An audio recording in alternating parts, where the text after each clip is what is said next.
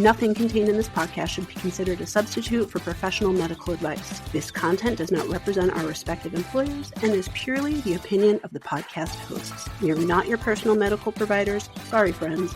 So, if you have concerns or are seeking a diagnosis or treatment, please seek individual advice from a healthcare provider in your area. We are not liable for any risks associated with acting upon the information contained in this podcast. This is intended for educational and entertainment purposes only, so enjoy the ride. Please drink responsibly and in moderation. Before drinking, please be sure to be of the legal drinking age for your country. We do not encourage the misuse of alcohol. Welcome to Medical Media Mixer, the perfect cocktail. I'm Nicole Peniston, psychologist. And I'm Tara Prisco, physician assistant. I almost said the perfect podcast. It's like, that too. Yes, too, but that's not what our intro is. Nope, not it. Oh my goodness. So I got to see you recently. You did. It was, we're throwing things. I knocked over a tiny Christmas tree, sorry. Aw. So we got to catch up in person a little bit. We did. We had some drinkies. We did. A dill pickle martini, which you two were loving. I was not as big of a fan of. I need my dill to be a little bit more sour dill. Got it. So interestingly enough, I actually made my cocktail today as a mocktail version because something weird has been happening this week. Anytime I have even the smallest amount of alcohol, I'm having like night sweats at night and my stomach is weird. So I was like, let me give my body a break today. So I'll give us both versions of it. I don't know what's going on. Like even yesterday, New Year's Day, I had one glass of champagne over like a 2.5 hour period. And then I still had like night sweats and was weird. I don't know. Weird. So I'm not sure if my body's just like rejecting alcohol or it's coincidence. We need it for the podcast. Well, it might be a coincidence, but I did a mocktail version today, so I'll give us both versions when we get to that. I have no idea. Good because I'm not drinking right now because I didn't know exactly how many episodes we were going to record today. And I was like, I think I can do my 2 drinks, but if we're doing multiple. Right. So right now I just have a Sprite with tea, which is my new jam. So. Ooh, I've never even seen that. Yes, it is. Very cute. TM, this is not an ad. And it has tea in it. So oh, that's nice. It's different. Cool. Oh, so this is a good pod update. So when you were in New York, you saw that The Bug, that horrible movie, has been made into a show? It is a Broadway show on actual Broadway, not off Broadway, on actual Broadway. That's insanity because it was so ridiculously horrible. And I think it's one of those cult classics. Like Heathers was on Broadway. That's a cult classic. You know, it's one of those but things. Heathers, I get. I don't know. Heathers we get because it was of our generation. Right. I don't know. Bug is of someone else's generation. Right. Classic. I mean, it got enough. It's definitely an interesting, trippy story. Yes, it is. Maybe they will do it differently. The weird effects and stuff in the movie were bizarro. I don't know. Maybe I feel like we need to go see it and then cover it again on the podcast. There you go. An updated take on it. Oh my goodness. If tickets aren't too crazy, I'll send you the link and we can, I sent you the link, but I didn't look at how much tickets were. Right. Yeah. I'm hoping not expensive. So Happy New Year. Yeah. We're recording like closer to the wire than we have ever done before. Yes. Because I had pneumonia for Christmas. Yes. You had the plague. That threw off our recording for at least a week, if not longer. Yeah, so I'm still not 100%, but I'm definitely like 80% better. Okay, you just got that little deepness to your voice that makes it sexy. So sexiness, yes. No, I've had a cough for like a year and a half. I think the pneumonia just made it worse. Right. So fun stuff. It is absolutely horrific, sick season right now. Everyone and their mother and their brother and everybody else has the plague, hence the flu. So Nicole and I were just chatting. We're going to drop a bonus episode randomly, revisiting some stuff with the flu and bringing back our episode 1 pared down a bit with updated information. So take a look for that. Because it is an anniversary for us. We have recorded a full year of episodes, 52 episodes. It's insane. It's kind of funny that we're revisiting episode 1 unintentionally. I know. It's just, you know what? We got to say something about the flu because it's out there. And I just Googled tickets to Bug for the low, low price of $107.52. We can go see it. So. Okay. We'll have to look up. We'll look up some reviews. We'll think about it. It's not crazy expensive compared to other shows. But no, but it's not cheap.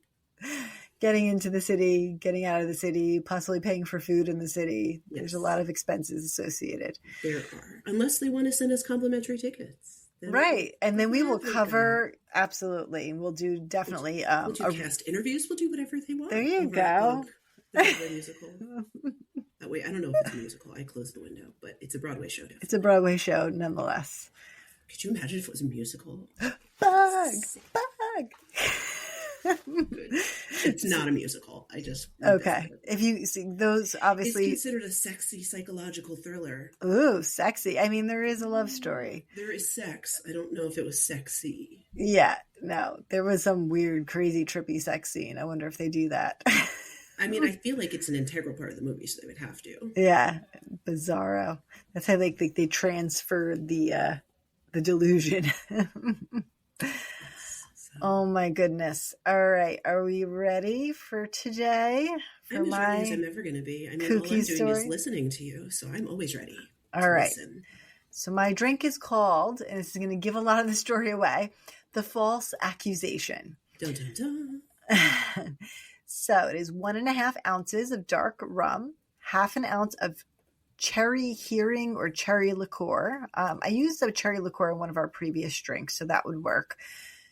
3/4 ounce of fresh lemon juice, 1/4 ounce of maple syrup or honey, 2 dashes of Angostura bitters, and you can garnish with a lemon twist or a cherry. You take everything, you put it in a shaker filled with ice, shake it up, pour it in either a coupe glass or a rocks glass.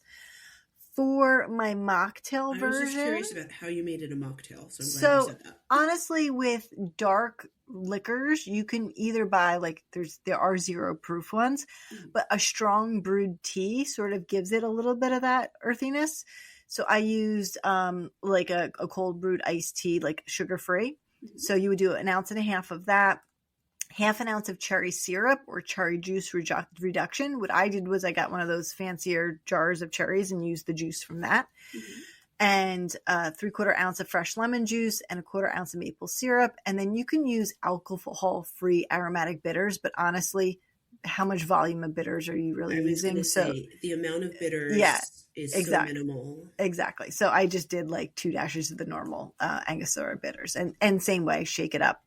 And put it in a glass. So it's nice. It's like a cherry lemon maple iced tea. Sounds good. And while you're sipping on that, I'll give you guys a little bit of ASMR. Ooh, I like it. It was just soda, guys. Sorry. So my story is based on 2 things. One is a fictional piece and one is actually an Unsolved Mysteries episode, and both covering the same true story. I love me some Unsolved Mysteries. Is it original Unsolved Mysteries or new Unsolved Mysteries? It was old. I had to find it on YouTube, I believe, and stream it to my TV, if I recall, when I did this. So the Unsolved Mysteries episode, let me find which episode. I think I did link the YouTube because that's how I had to watch it. And it was very grainy and old. You see in your notes list, it was also an episode of Forensic Files, which I probably watched every episode multiple times. I think I watched that. Yeah, I watched that as well. So this is Unsolved Mysteries season 3. So old school, episode 19. And then the Forensic Files. I don't know where my link is for that. Somewhere in here. It's called the Deadly Formula episode. There you go. Yes, Forensic Files. And then Without a Kiss Goodbye is the TV movie version of this. 1993. It is not a Lifetime movie, but it's definitely a made-for-TV movie. Starring. What people currently don't know, those were peak drama. Oh, yeah. Oh, yeah. So, and I'm sure it had some popular TV stars of the time in it. It does. So, Did it ready? have Candace Cameron in it? No. This is 1993. She would have been a child. So these are she people. Could have played a child. I know there is a child involved in this story. True. So Lisa Hartman plays the wife, Lori Samuel. Well, Samuels is the names in the movie. Stallings is the names in real life. And Christopher Maloney plays the husband. Oh, what is that? Young Christopher Maloney. So I'm sure he was just as perfect then as he is now. Yes. So he plays the husband, and good old Cloris Leachman plays his mother, the mother-in-law, the grandmother of the child. So may she rest in peace. She is passed, isn't she? I feel like she's had to have passed. I don't know. I feel like there's times in this podcast where you said somebody died and they didn't, and I had to look it up and fix it in the show notes. Be like, P.S. So and so's not dead. Every time though, I'm saying rest in peace. I'm not like, thank God that fucker's dead. Like, never say that. No, of course. Yes, not. Cloris Leachman passed in 2021. Okay, there you go. But I was like, ooh, look at who was in this. So it was very dramatic. Couple slight differences, they changed the names.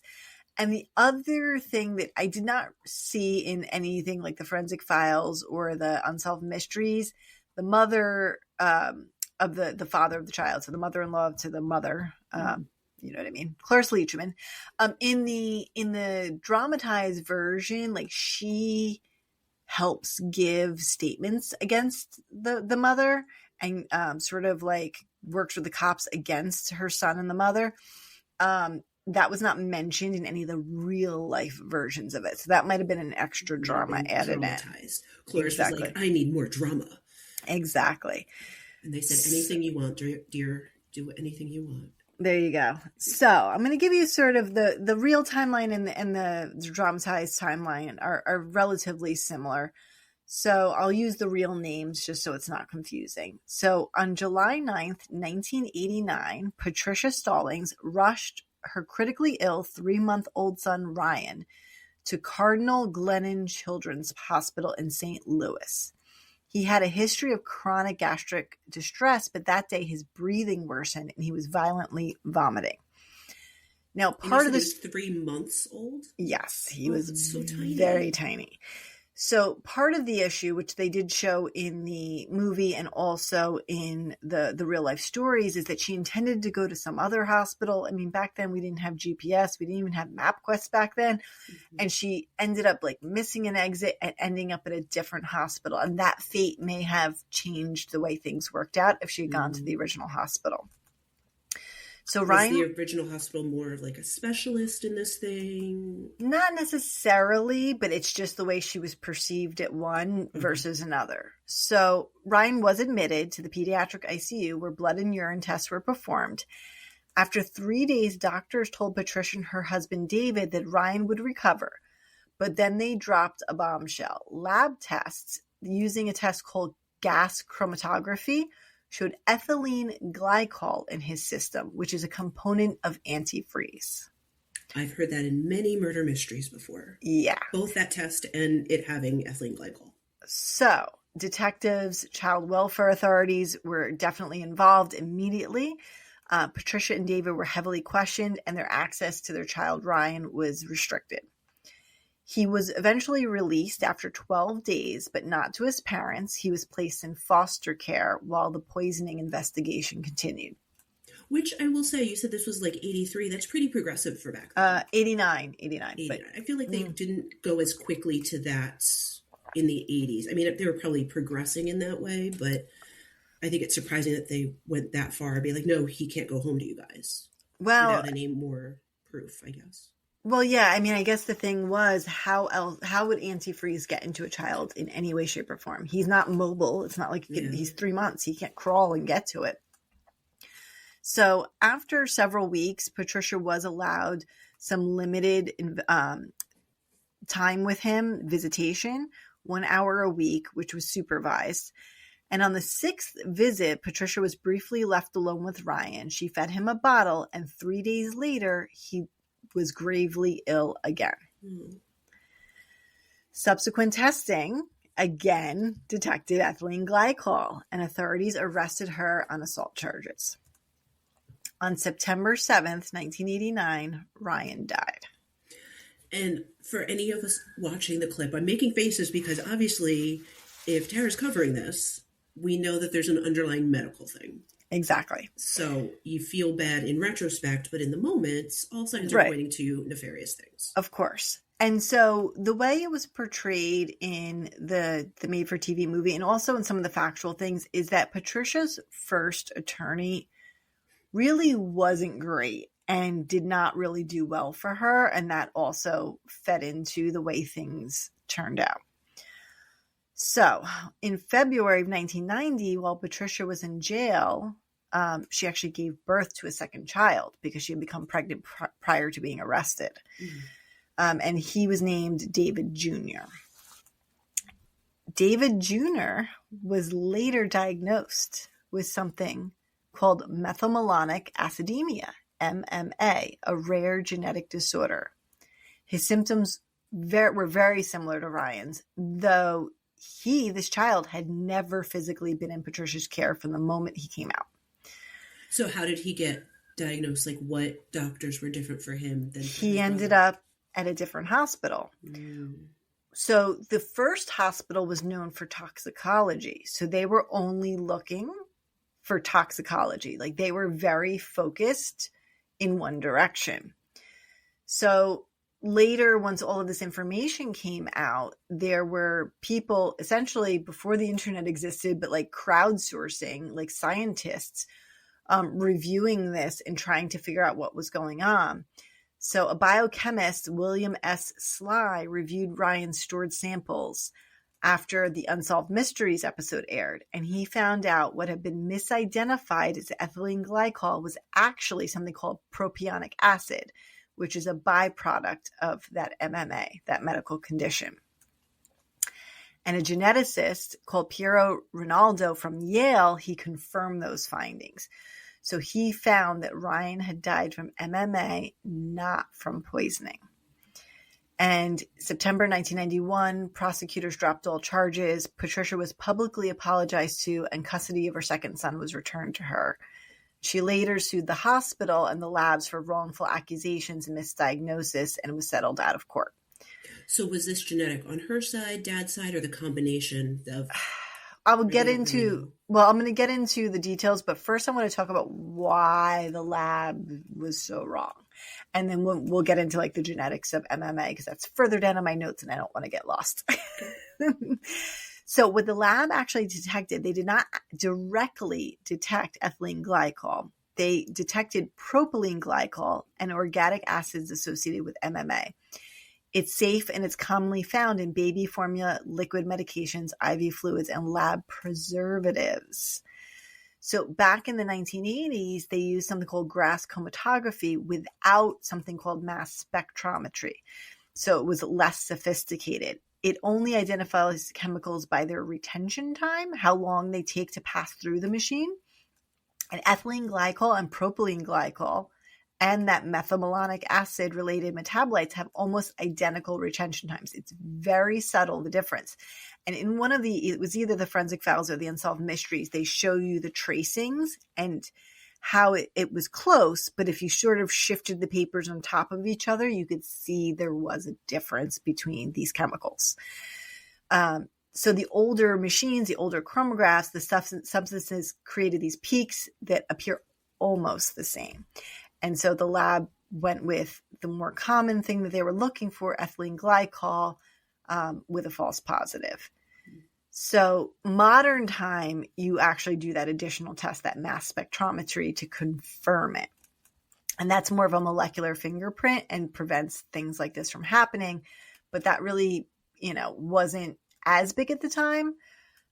So I guess that's where it happened. Available at like these little... Everywhere, right. Yeah, these little places in the middle of nowhere, or even not in the middle of nowhere. But anywhere, yeah. It's test every single person. Exactly. But because the doctors already suspected poisoning, they just took it as proof. So this was just confirmation bias, essentially.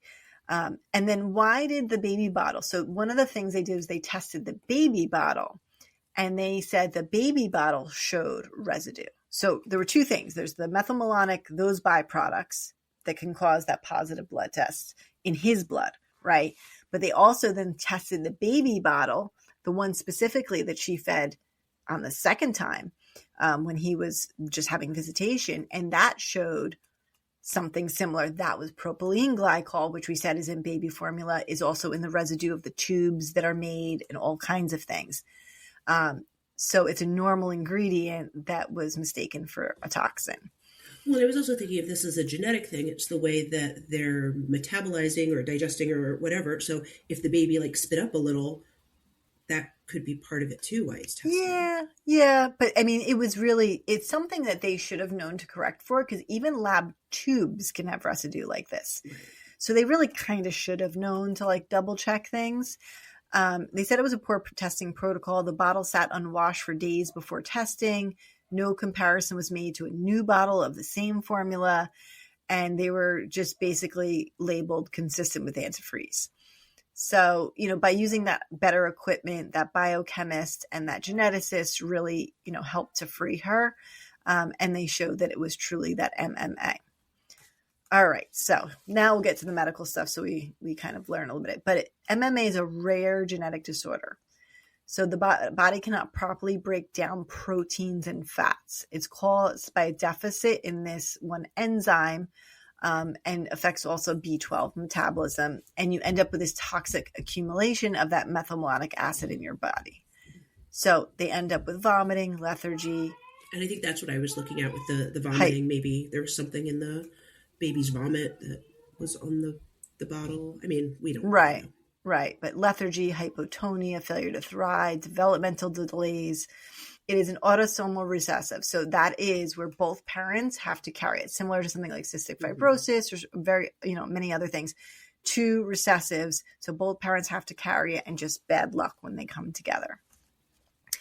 So nowadays, some things like this, these rare genetic disorders are detected when the child is born, because there's something called newborn screening. Mm-hmm. So nowadays we do tests for these things. There is something that they do while the baby's in the hospital, right after they're born. It's a quick little finger or heel prick, and they put it on this whole kit, and it gets sent out to the state, and they screen for these severe metabolic disorders that could be fatal if not discovered immediately. So nowadays, things like that might have been caught. So complications are kidney damage, neurologic symptoms, metabolic acidosis. But now remember, this second child has it too. And, he was able to live on a very low protein diet, supplementing vitamin B12, giving him carnitine, which is another protein type supplement. And then during illness, he would have to be aggressively treated, because that would put his body into more stress. Sometimes liver kidney transplants are needed. Now they're looking at gene therapy and things like that.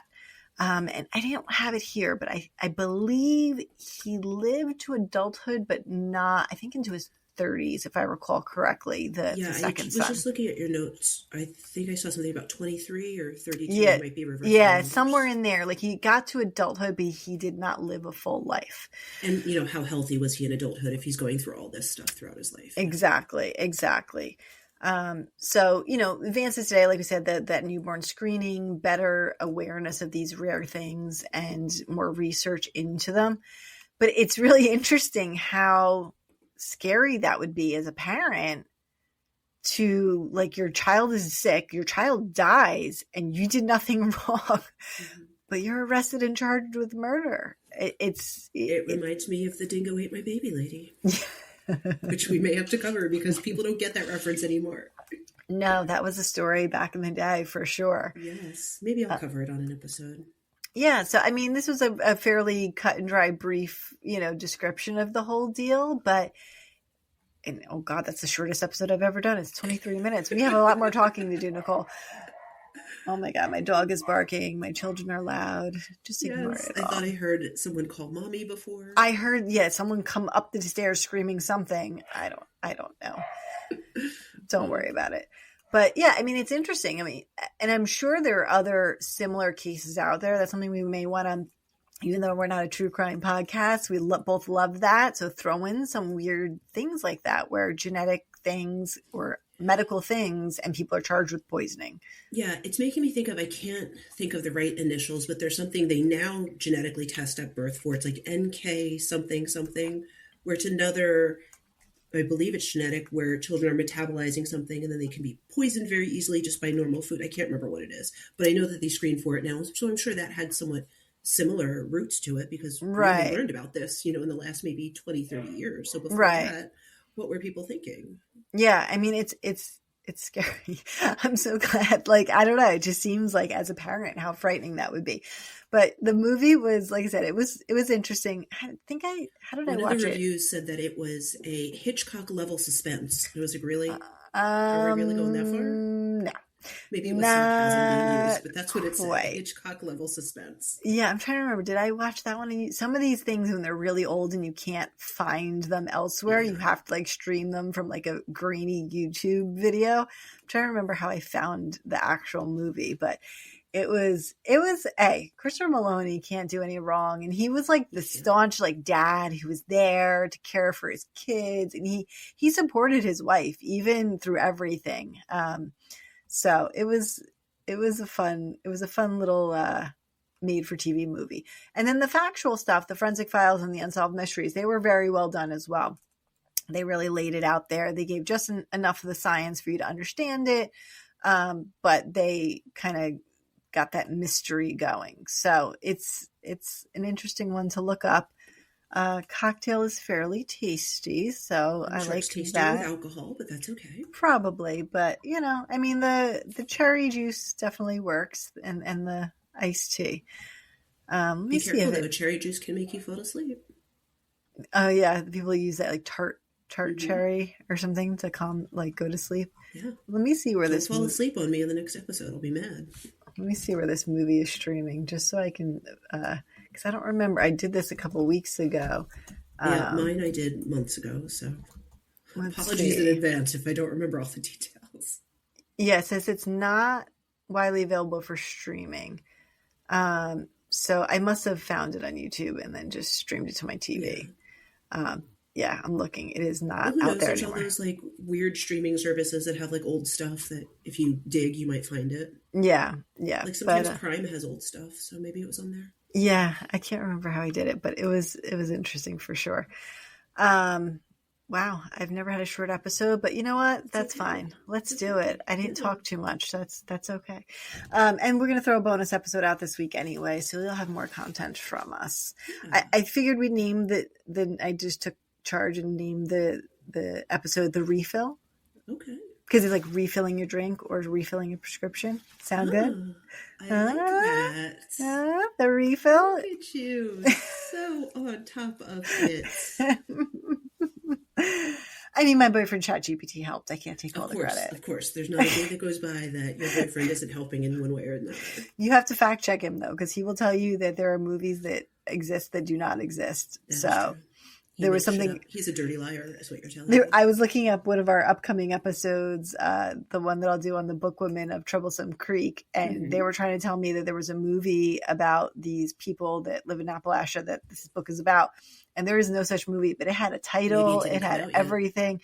No, it was like trying to it doesn't exist on the internet anywhere. AIing a movie for you. Yeah, no, for real. Who was starring in it? Did it tell you? No, it just like literally just made it up. Yeah, Christopher Meloni. Yeah. He is a treasure. Yes. And he had more hair back then. I mean, lots of people had more hair back then, so he's not alone. And you know what? I don't hate the balding Christopher Meloni. Yeah. No, he can rock it. And he was like baby facing this. This is well before his big fame, I think. Well before SVU days. Oh my goodness, SVU. I think I've watched pretty much every episode of that. Well, not the more modern I was going to say, have you watched the new ones where he's doing the organized crime ones? Yeah, I watched like a few episodes of that and I was like, I wasn't as loving it. And like Mariska Hargitay's in it too. I think the new one too, but like, I just felt like it didn't have the same flavor to me. It was a little too much. Okay. All right. So we'll wrap it up nice and short and sweet. Thank you for listening to Medical Media Mixer. The perfect cocktail. Cheers. Cheers. Clink. Happy New Year. Happy New Year. All right. Fireworks. Thanks for tuning in to this episode of the Medical Media Mixer podcast. If you enjoyed the conversation, don't forget to subscribe, rate, and review us on your favorite podcast platform. Your support helps others find the show. Want to keep the conversation going? Follow us on social media. We're at Medical Media Mixer Podcast on Instagram, Facebook, TikTok, YouTube, and on Pinterest, the Medical Media Mixer board. If you'd like to support the show and help us grow, check us out on Patreon, patreon.com/Medical Media Mixer Podcast, and on Buy Me a Coffee, buymeacoffee.com/Medical Media Mixer Podcast. If you have a topic idea, feedback, or just want to say hi, send us an email at medicalmediamixer@gmail.com. You can also stream all of our episodes and find more info on our website, medicalmediamixer.podbean.com. We're available on all major podcast platforms, so no matter where you listen, we're there. Thanks again for listening, and until next time, keep mixing medicine and media.